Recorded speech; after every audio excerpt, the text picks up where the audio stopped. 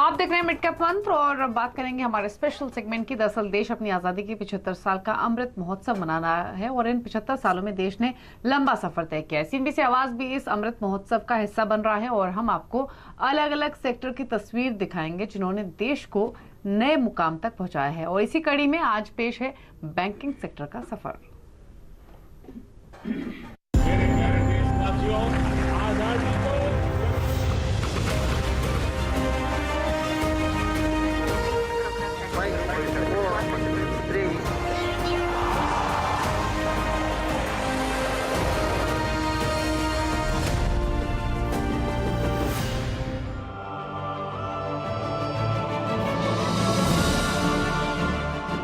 आजादी का अमृत मंथन, इंडिया एट 75, आजादी के शानदार 75 साल। और आज हम देखेंगे भारतीय बैंकिंग का हाल। जी हाँ, इन 75 सालों में भारतीय बैंकिंग सिस्टम ने कितनी प्रगति की, कितनी तरक्की की, वो कहां से कहां पहुंचा, ये पूरी कहानी आंकड़ों के जरिए अगर याद करें सन 1947 को, यानी हमारी आज़ादी के साल को, तो वहां पर कितने बैंक्स हमारे पास थे, किस तरह का बैंकिंग सिस्टम उस समय चलता था, उससे हमें समझ आएगा।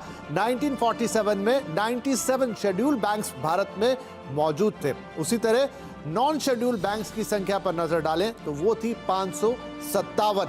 इसके अलावा देश में कई कोऑपरेटिव बैंक्स भी थे जिनकी संख्या आज़ादी के वक्त थी 395, यानी 395। यानी ये आज से 75 साल पहले हमारी बैंकिंग की तस्वीर है।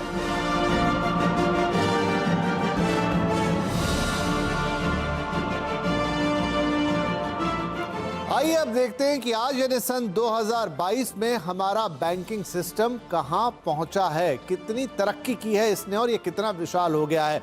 आज सरकारी बैंकों की संख्या है 12 और प्राइवेट बैंक है हमारे पास 22। याद रखना होगा कि इस बीच बैंकों का राष्ट्रीयकरण भी हुआ, फिर एक बार प्राइवेटाइजेशन का दौर शुरू हुआ और ये नंबर हमारे सामने है। इसके अलावा स्मॉल फाइनेंस बैंक की बात करें तो वो है 11 और पेमेंट बैंक जो कि एक नया फिनोमेना है वो है 4। रीजनल रूरल बैंक्स की संख्या है 43 यानी 43 और विदेशी बैंकों की संख्या है 46। तो ये है अभी के बैंकिंग का हाल। लेकिन कोऑपरेटिव बैंक्स, उनकी संख्या में बड़ा इजाफा हुआ है, 98,537 ये संख्या पहुंच गई है देश में कोऑपरेटिव बैंक्स की। लेकिन ये पूरी बैंकिंग प्रणाली इतने बैंकों के साथ आज पूरे देश में सभी नागरिकों को बैंकिंग की सुविधा प्रदान करने की एक भरकस कोशिश कर रही है।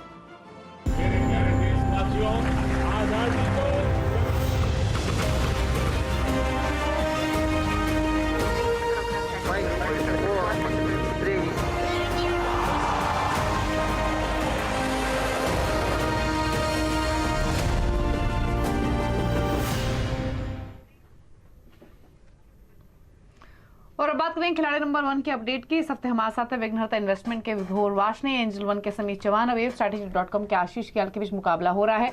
अब तक की अपडेट पहले आपके सामने लेकर आ जाते हैं। एफडीसी में जो पोजीशन बनाई गई थी 260 के लेवल्स के आसपास, जिसमें 290 के टारगेट थे, वहां पर पोजीशन को बुक किया है विभोर वार्ष्णेय ने और 290 के हालांकि इनके टारगेट्स थे। इसके अलावा आईआरबी इंफ्रा में भी एग्जिट किया है 220.5 के लेवल्स पर, हालांकि 230 के आसपास के टारगेट्स दिए गए थे। तो ये दो अपडेट्स विभोर की ओर से।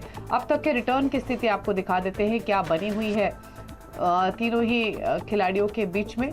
और मुनाफे का मीटर जो इंडिकेट कर रहा है उसमें अब तक की स्थिति के हिसाब से लीड कर रहे हैं विभोर वार्ष्णेय। दूसरे पायदान पर है समीर चौहान 2% के रिटर्न के साथ और आशीष क्याल का पोर्टफोलियो 2% के रिटर्न दे रहा है। तो तीनों ही खिलाड़ी की ओर से पॉजिटिव रिटर्न, लेकिन सबसे ज्यादा रिटर्न दे रहा है विभोर का पोर्टफोलियो जो कि 4.5% के आसपास है। चलिए इसी के साथ मिड कैप मंत्र में तो इतना ही। ब्रेक के बाद आप देखिए नोया कंपनी। नोया कंपनी में आज बातचीत करेंगे मेट्रो ब्रांड्स के CFO कौशल पारेख से। एक ब्रेक के बाद नमस्कार।